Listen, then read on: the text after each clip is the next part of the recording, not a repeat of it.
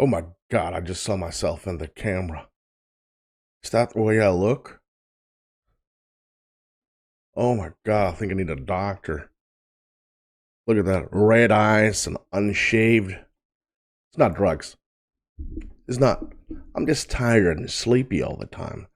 That's the way life is, isn't it? When you reach, well, at least above 30. I mean, I'm over 40 now, so it's all good. You can't be tired, Recky. You have been around for 44 years. I mean, that's a long ass time. Welcome back for another freaky deaky reaction with me, old man Recky. We're gonna go check out MRBALLEN this time. It's been a while since we did that. And I found something that might be, well, tickling my curiosity. The title is actually His Curiosity Had a Terrifying Ending. I always love getting my curiosity tickled. Oh, that was creepy, Recky. That was actually really creepy. All right, so if you haven't already done, like, subscribe, welcome new subscribers. Thank you, old subscribers. Before we watch the video, we say thank you to the channel members and the Patreons. Thank you so much for the amazing support, and a shout out to the Supreme Tier donators, Patreon, channel membership. Thank you. And we got personal shout outs to the ultimate supporters. We got Deja, Walt, Roni, Dwayne, and Tammy. There you go. Now, let's get ever so slightly freaked out by MRBALLEN. Today's story is about a man and his quest for the What? perfect. Okay, hold on. Today's story is about a man and his quest for the perfect photo. He would eventually get it, but it would cost him dearly.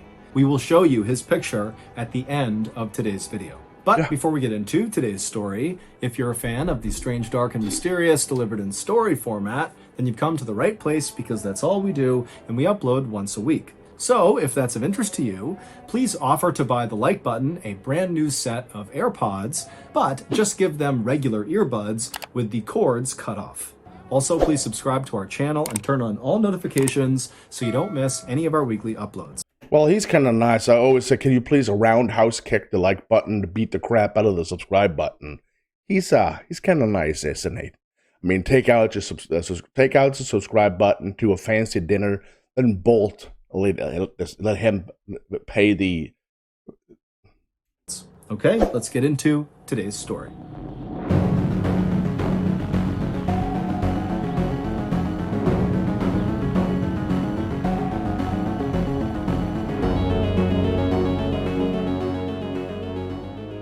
Saturday, April 25th, 1987 was a beautiful spring day in the mountains of northwest Montana. It was exactly the kind of day that 40-year-old Charles Gibbs and his wife Glenda had been waiting for months. The sky was clear, the sun was bright, and the breeze was warm. And so, at around 9 a.m. that morning, Charles and Glenda had a quick breakfast inside of their house in the rural city of Libby, and then they started stuffing their backpacks full of their hiking equipment. Charles and Glenda were going to go to Glacier National Park, which is a 1 million acre wilderness preserve with alpine meadows, forests. Oh my God, 400,000 hectares. Rivers and lakes that are so bright. Hectares. Oh.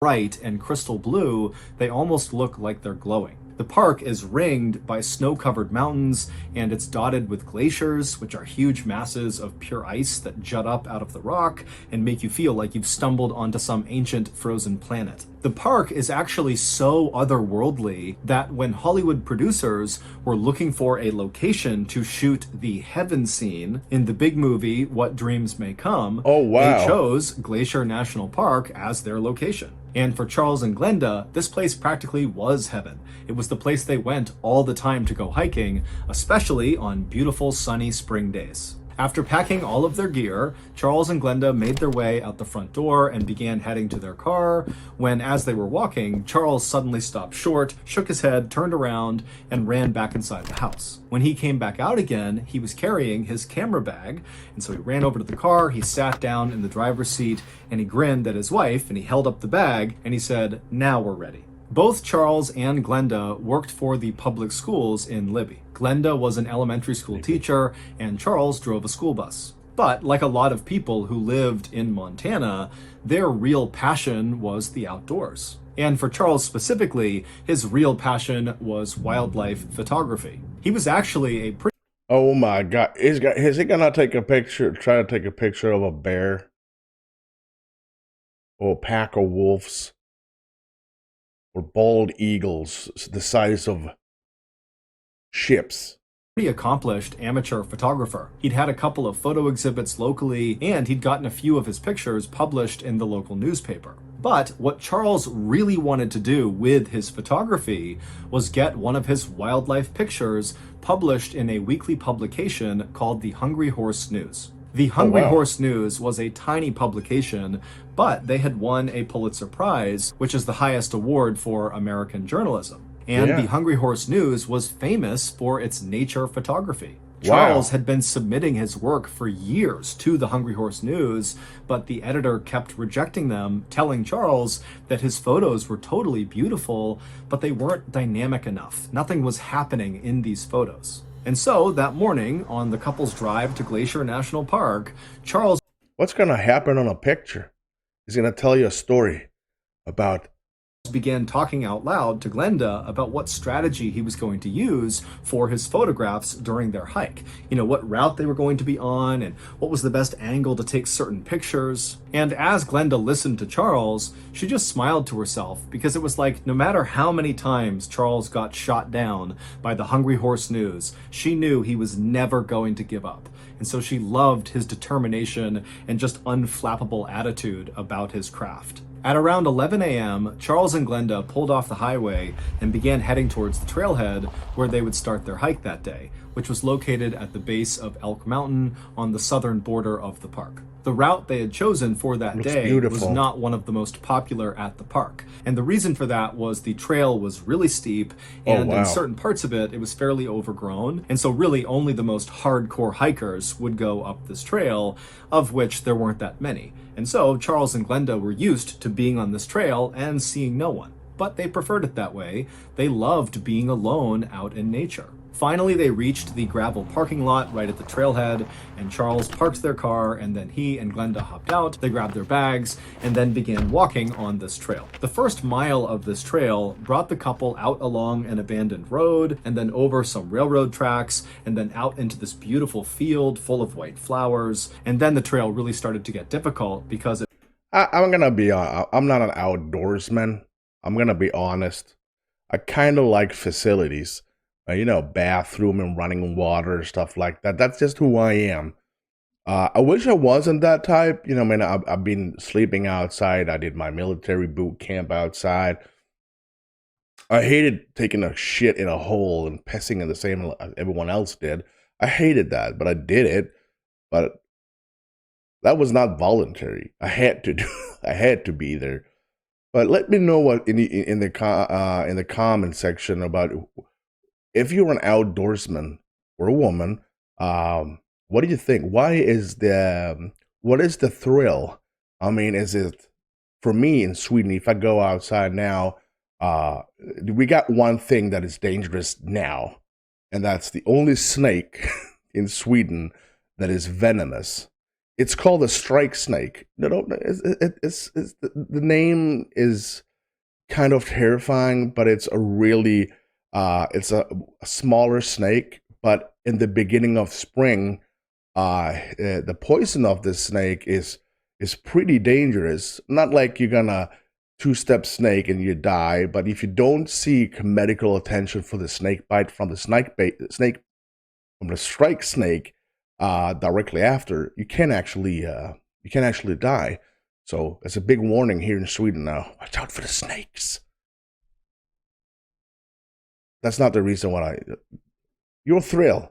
I'm going to get back to that. You're thrilled. Why is it that you want to hang out in the great wilderness?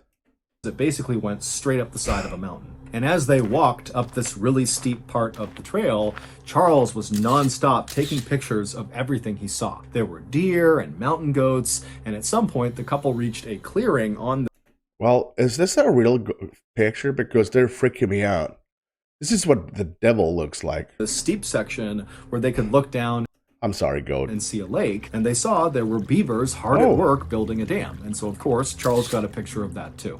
Now, these were the days before digital photography, and so all these pictures that Charles was taking, he couldn't actually see. He needed to go home and develop the film to see if anything he took was worth keeping. But as Charles and Glenda continued their hike up this mountain, Charles was getting more and more excited about some of the shots he was getting. He felt like they were going to be really, really good, and Hungry Horse News was going to finally accept his work. The couple made it to the summit of this trail by early afternoon, and from up there, they had this beautiful panoramic view of all these jagged mountaintops that were covered in snow, separated by these huge valleys and prairies, and Charles and Glenda were the only ones up there, and so they had this unbelievable view all to themselves. Whoa.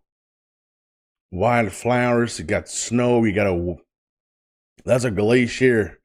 Lake right there. And so the couple would eat the lunch that they brought with them while sitting on this rocky outcropping, kind of looking out over this stunning view.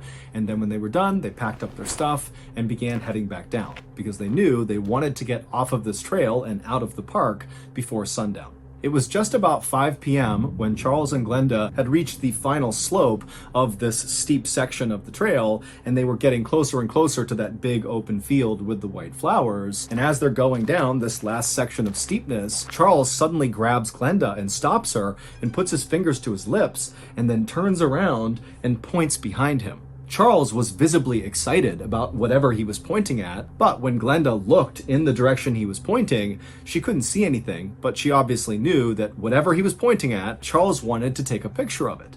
Now, Glenda by this point was really tired from the hiking and just wanted to go back to the car and go home. I mean, after all, Charles had taken dozens and dozens of pictures that day. Like, we don't need to get one more.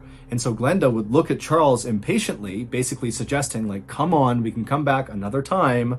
But Charles didn't budge, and he looked at her like, please, I want to get one more photo. And so Glenda kind of did one of these and was like, okay. And Charles said, thank you, I'll meet you at the car. And so Glenda stood there and watched as her husband got his camera out, turned around, and began slowly making his way back up the trail. And again, Glenda's looking. She can't see what he's going to take a picture of, but she figured, you know, he had his plan. And Glenda, she turned around and began heading back down towards the car. It didn't take long for Glenda to get back to the car. She got there right around 6 p.m. And when she got there, she hopped inside, sat in the front passenger seat, turned on the radio, and then she expected to have to wait for maybe another 20 minutes or so for Charles to finish up and come join her. But Glenda, after sitting in the car, was so tired that she accidentally fell asleep. And when she woke up again, she was kind of disoriented, and immediately she looked to see if her husband was in the car with her, and he wasn't. And she's looking outside, it's getting pretty dark out. She glanced at her watch, it was 7 p.m., which means Charles had left her for at least an hour by this point. And she's thinking, there's no way Charles would have been gone for an hour. He would never do that. He would never leave me alone. All right. 8:35 in the video. What do you think it is? What's going to happen to this guy with the camera? I'm going to go the easy way and say bear. Like that. And so Glenda began glancing around her, kind of half expecting to see Charles just outside of their car, you know, doing something, but she was all alone. There was no other hikers or cars. Charles wasn't there. And so starting to panic, Glenda got out of her car and began hustling back onto the trail to go look for Charles. And so she's yelling for Charles, she's looking around, it's getting darker and darker, and there's no sign of Charles. He's not calling back to her, it's just totally silent. She walks along the abandoned road, she reaches the railroad tracks, she gets into that meadow with the white flowers, and still there's no sign of Charles. And she gets to the base of that steep section of the trail, and she's looking up at all these trees and how dark it was getting, and she's thinking to herself, if Charles is in trouble somewhere up there, there's no way I can help him by myself in the dark with no equipment. No one knows I'm here. I mean, this is an emergency and I need help. And so Glenda would scream a few more times for Charles, and after not hearing any response, she turned and ran all the way back to her car. She turned it on and she drove to the nearest ranger station. Thank you to BetterHelp for sponsoring today's video. When I was younger, there were several people I was very close with who struggled mightily with depression, and it was very difficult to watch because all I wanted to do was help them, but the reality is it's the person who is struggling who needs to go out and get help in order to get better. You can't just magically make them feel better. And so because of this experience in my youth, by the time I was an adult, I was very adept at talking about my feelings to anyone who would listen because I was concerned if I didn't share, I might start bottling things up and then I would get depressed. However, it's really easy to talk openly about your feelings when your feelings are good and you feel okay. But when you feel really bad and sad and depressed, it's nearly impossible to tell people about how you feel. And so in 2017, when I started having really dark thoughts for the first time in my entire life, suddenly I was not able to tell people about it. Luckily, my family encouraged me to seek out professional help, and I did see a therapist, and ultimately, I really think that saved my life. So if you're struggling right now but feel like you can't talk to anyone about how you're feeling, consider giving BetterHelp a try. BetterHelp is a highly reviewed online therapy platform, which means you can get the help you need right from the comfort of your home. Get matched with a BetterHelp therapist after filling out a brief survey, and then you can talk to them however you feel most comfortable, whether it's through text, chat, video call, phone call, or some combination. And at any time, if you want to switch your therapist, it's easy and free to do so. Get 10% off your first month at betterhelp.com/MrBallen. I've also left a link in the description. That's nice. That's nice. I like that. When she got there, she ran inside and immediately told the ranger where her and Charles had been, which trail they were on, and where roughly they were on this trail when she had gone to the car and Charles had turned around and gone uphill to take a picture of something. And as Glenda told the ranger all these details about where they were inside of the park, he really started to look worried. And when Glenda was done explaining, he told her that, yes, we need to go right now and look for your husband, but I can't have you on that trail. It's too dangerous. And so this ranger had Why is it too dangerous? Is it because of the wildlife? Is that the only reason that it's dangerous for anyone to be there at nighttime? Of course, I understand the risk of getting lost, and that's another risk, but is it those two things and nothing else, right? Because I'm freaking out. I'm seeing too much of Nuke Stop 5 reactions. Wait at the ranger station, and the ranger, by himself, headed back to the trailhead to go looking for Charles. And so the ranger, he gets to the trailhead, he hops out, he's got a rifle and a flashlight, and he begins walking along this trail, and by now, it's dark out. And so he's looking straight ahead with his flashlight and scanning side to side. He's calling out for Charles, and he's walking this trail. He gets all the way across the train tracks, through the meadow, and he gets to the steep section, and he actually begins going up this part of the trail until roughly the area where Glenda had described Charles going one way and her going back down. And when he got there, there was no sign of Charles, and so the ranger just took his rifle and fired 3 shots into the air, hoping that that might get Charles, if he was in the area, to hear him and call out or do something to indicate where he had gone.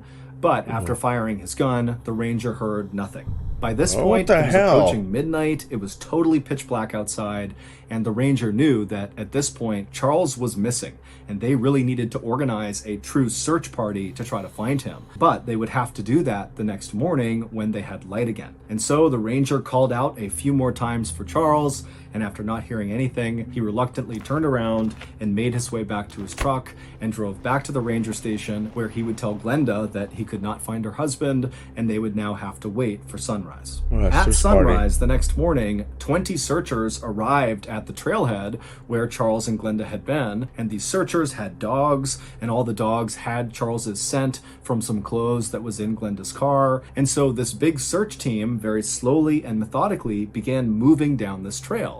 And so they went across the abandoned road, over the train tracks, through the meadow with the white flowers. They got to the steep section of the trail, and they got all the way up to that point where Charles and Glenda had separated, and Charles had gone uphill to do whatever he was going to do. And it was at that point on the steep section that one of the searchers' dogs picked up Charles's scent and took off running uphill. And the searcher, whose dog this was, took off running after the dog. And the dog, it went up for a little while, up this steep rocky outcropping, and then it turned and began going down again until it reached a different meadow. So not the same one they walked through with the white flowers. This was farther away to the right. And in this meadow, the dog, who still very much had the scent, began to slow down, and it went straight for this tree. That was kind of a standalone tree right at the base of this steep section. And this tree had low hanging branches, maybe 5 feet off the ground, and the dog went right up to the tree, and then it stopped for a second, and the searcher by this point had caught up to the dog, and so he's looking at this tree, and he sees the ground looks really disturbed, and there's deep gouges in this tree, and then the dog went around this tree and sprinted another 50 feet or so, and then stopped, like it had found something. And when the searcher caught up to his dog, he's not dead. He looked down and he found what they feared the most.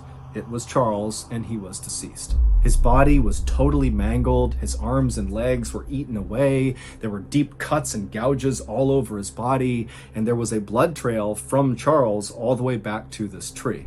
Also, just a few feet from Charles's outstretched hand was a camera, Charles's camera. Now, it was obvious that something horrific had happened to Charles, and there were clear signs of a struggle that took place near this tree, and then also over here where he was found, there were clear marks on the ground that there was some sort of fight that happened right here. But interestingly, Charles was carrying a gun, but it appeared that he did not unholster it and he didn't fire it. Instead, it almost looked like whatever was happening to Charles, he refused to put his camera down, which is why it was so close to his hand when he finally... Oh my God, it's going to be the most freaking pictures ever. Bear. I'm saying bear. Mountain lion. I don't know if there's any mountain lions in that state.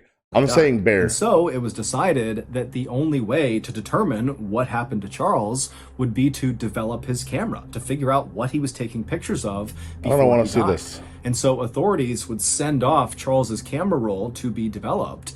And 2 weeks later, when they got it back, they couldn't believe what they saw. The photos very clearly told the story of what happened to Charles. This is what happened after Charles left his wife on that trail. When Charles stopped his wife and signaled to her that he wanted to take one more picture up the trail, he had found a photographic opportunity of a lifetime. The warm spring weather that had drawn Charles and Glenda out of their house to Glacier National Park had also woken the grizzly bears in the park from their hibernation. And what Charles had seen up the trail was a mother grizzly bear and her 3 cubs. No.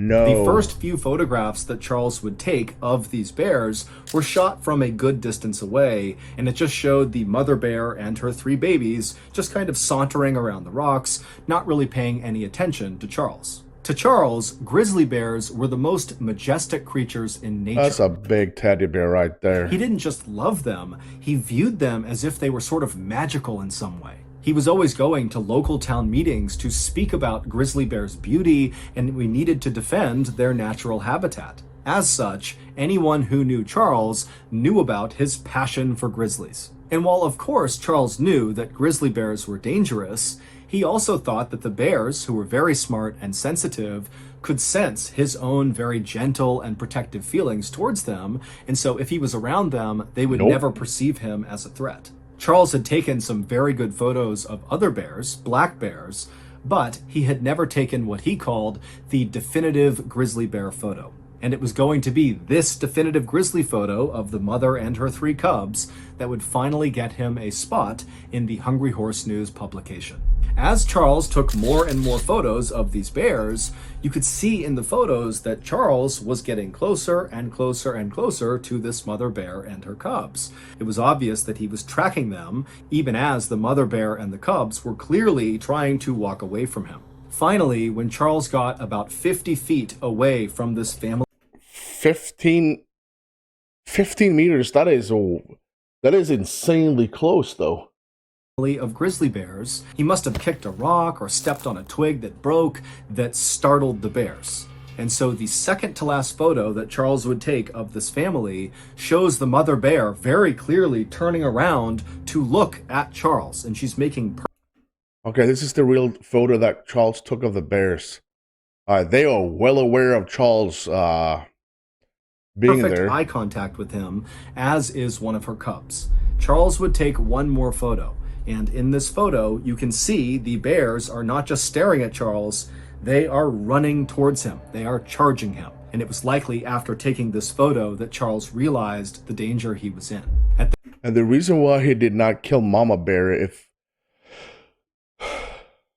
I'm gonna say this, I might be completely wrong here, but he didn't kill Mama Bear because if he killed Mama Bear, her cubs would not make it. At this point, Charles tried to make a run for it by running down the side of this mountain. He got down to that tree with the low-hanging limbs, and he attempted to climb up into it, maybe hoping he could get one more picture of this bear if they would just leave him alone. But the mother bear and her cubs, they came charging down. Yeah, they're They gone. saw him up in the tree, and the mother bear began climbing into the tree, and she reached Charles. Now, she likely weighed about 400 pounds, and when mother grizzly bears are defending their young, they are absolutely merciless. And so she must have grabbed him or bit onto him and yanked him from the tree.